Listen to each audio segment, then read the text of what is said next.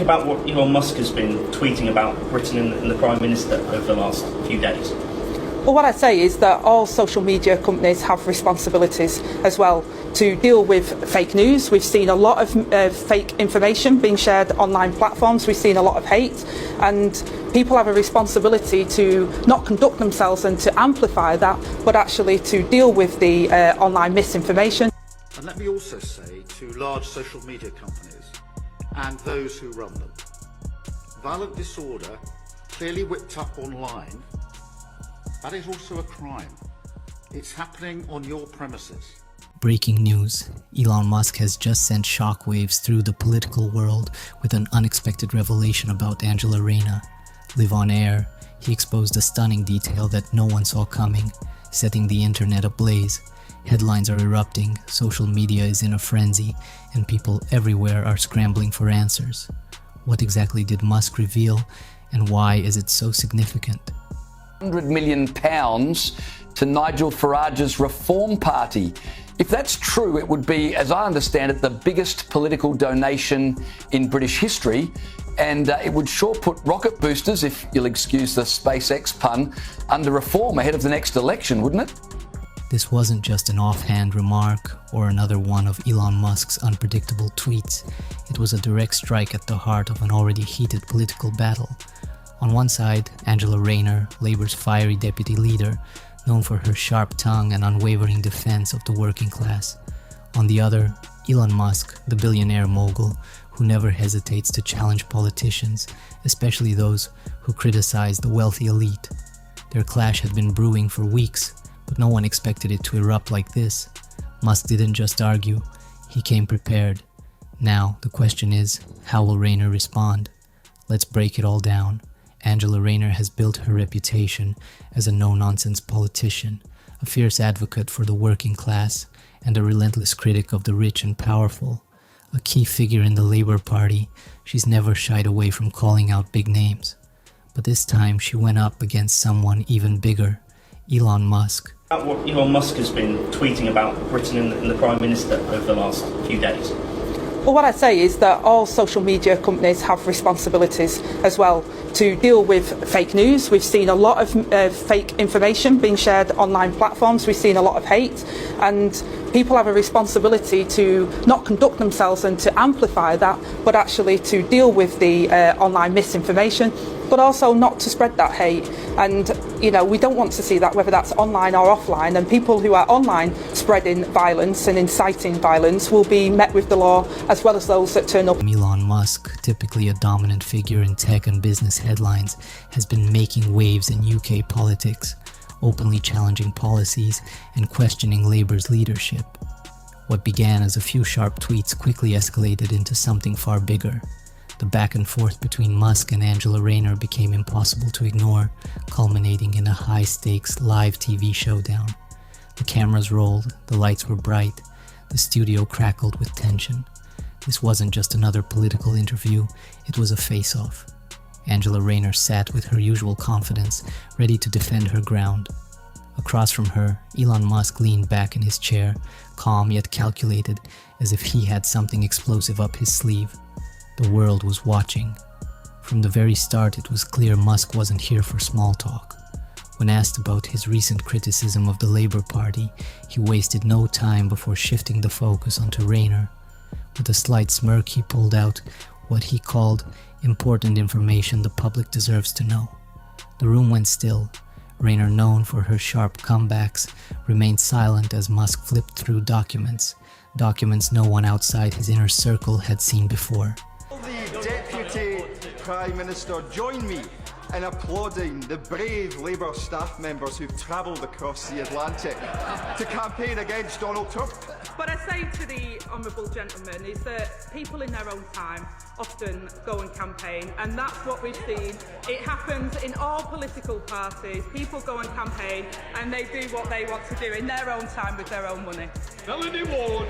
Musk dropped his first bombshell, records of undisclosed meetings between Angela Rayner and corporate lobbyists. These weren't just casual sit-downs. According to Musk, the meetings had been deliberately kept off public records, raising serious questions about transparency. Rayner, who built her career as a straight-talking politician for the people, now faced evidence suggesting she had deeper ties to powerful business interests than she had ever admitted. Then came the second revelation, one that hit even harder. Musk exposed financial links between these lobbyists and key labor initiatives, hinting that behind closed doors, Rayner wasn't as independent as she claimed. "You talk about standing up for the working class," Musk said, his voice steady. "But these documents show you've been making deals with the very people you claim to fight against." The tension in the room spiked. He'd like to get rid of Sir Keir Starmer before the next general election. He believes that Western civilization is threatened. There's been a lot of pushback. I think the Labour government's policy seems to either be to answer journalists' questions by attacking him or else trying to ignore him. But you sort of said that China can't be ignored. Elon Musk is essentially the richest man in the world, and one would argue... For a brief moment, Rayner's confidence wavered. She quickly regained her composure, dismissing Musk's claims as misleading and taken out of context. "This is just another billionaire trying to smear a politician who stands up to him," she fired back. But the damage was done. The audience could see the shift. The woman known for her sharp, unwavering responses seemed, for the first time, caught off guard. The host attempted to steer the conversation elsewhere, but Musk wasn't finished. "People deserve to know who really pulls the strings in politics," he said, locking eyes with Rayner. The silence that followed was louder than any words. The fallout had already begun.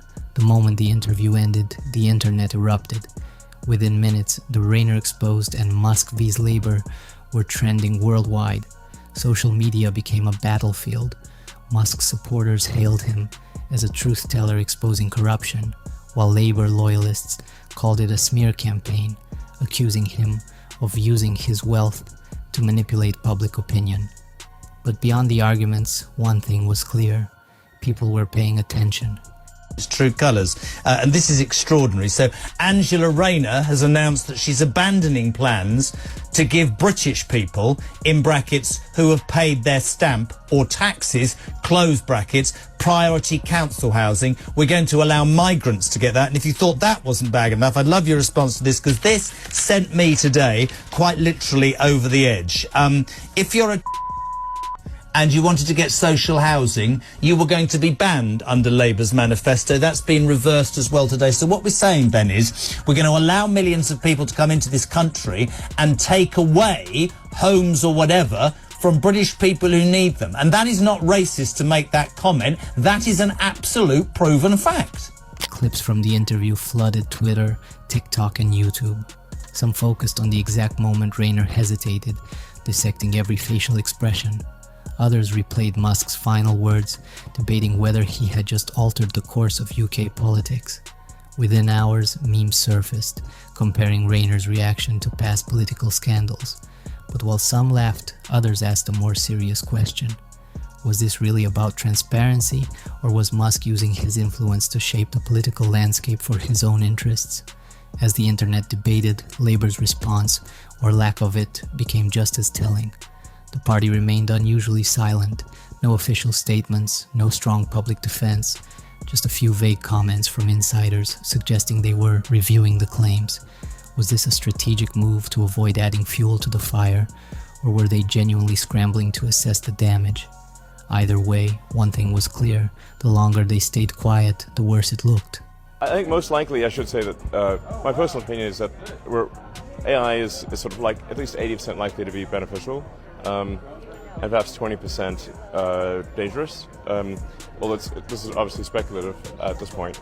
But I think if we hope for the best but prepare for the worst, that seems like the wise course of action. But I think the probability of extremely bad is low. I think the more we pay attention to it, the more we care about it, the more we minimize the probability of something going wrong. News outlets wasted no time dissecting the chaos. Major broadcasters ran segments analyzing the documents Musk presented, bringing in political experts to weigh in. Some pointed out that even if the claims weren't illegal, they raised serious ethical concerns. Was Rayner truly as independent as she claimed? Had Labour been less transparent than they wanted voters to believe? Others questioned Musk's growing influence. If a billionaire could publicly shake a politician's credibility in a single night, what did that mean for democracy? Behind the scenes, Labour MPs were reportedly divided. Some wanted to stand by Rayner, dismissing the allegations as exaggerated attacks from a powerful businessman. Others feared the damage was too great, worried that if Labour didn't distance itself, its credibility could take a serious hit. Now the biggest question loomed: could this affect Rayner's future in the party? Would Keir Starmer be forced to make a decision? People are saying you're gearing up to take over UK politics. Are you really about to become Prime Minister? Joe, imagine this. Downing Street, but with rocket launch pads. Big Ben retrofitted into a giant countdown clock for global Tesla rollouts. The UK isn't ready for me, but that's exactly why it needs me. Here's the thing. Politics in the UK is like a tea party where everyone's fighting over who gets the last biscuit while the house is on fire. They're stuck in the past. I'm thinking, why not disrupt the whole system? I'd rebrand the monarchy into a tech startup. Call it Crown 2.0. King Charles could do live streams about sustainable gardening, while I focus on turning Parliament into an AI think tank. And let's not forget infrastructure. Joe, the M25 would become a Hyperloop circuit. Traffic, gone. Fish and chips, delivered by a drone. Imagine every British pub equipped with a Starlink karaoke system. The people deserve innovation, not centuries-old traditions holding them back. Am I joking? Maybe, but let's be honest, if I threw my hat into the ring, the UK wouldn't just have a Prime Minister, it'd have the CEO of revolution. And then there was the bigger question: Elon Musk's role in politics. His voice had always been loud, but this time it felt different. He wasn't just criticizing policies, he was actively challenging politicians on their transparency and influence. Was this a one-time event, or had Musk just established himself as a serious political disruptor in the UK? The dust hadn't even settled, but one thing was certain: this wasn't over. Elon Musk has never been one to stay quiet, but this time he's done more than just spark a debate. He's shaken the foundations of British politics. Some see him as a fearless disruptor, exposing hidden truths that politicians would rather keep buried. Others argue he's overstepping, using his massive influence to interfere in a democratic system where billionaires shouldn't have so much power. So which is it? A necessary wake-up call, or an alarming power play? At the heart of this chaos lies an even bigger question: transparency in government. Should politicians be held to a higher standard? Angela Rayner built her career on being a straight-talking champion of the working class. But if Musk's documents are accurate, her behind-the-scenes dealings tell a different story. And this isn't just about one politician, it's about trust. If Labour preaches openness but operates in secrecy, what does that say about politics as a whole?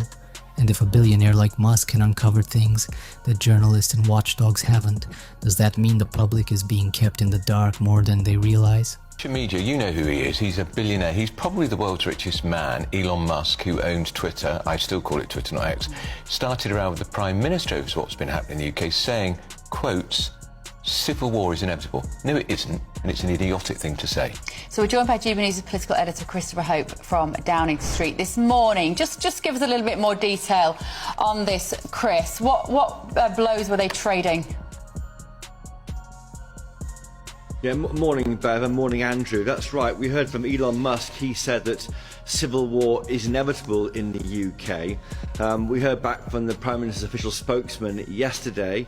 He said there's no justification for that kind of remark. Then Sir Keir Starmer did a tweet to the Prime Minister. He said, "We won't..." Then there's the elephant in the room. If Musk can expose one politician, will there be more? He has the resources to investigate anyone.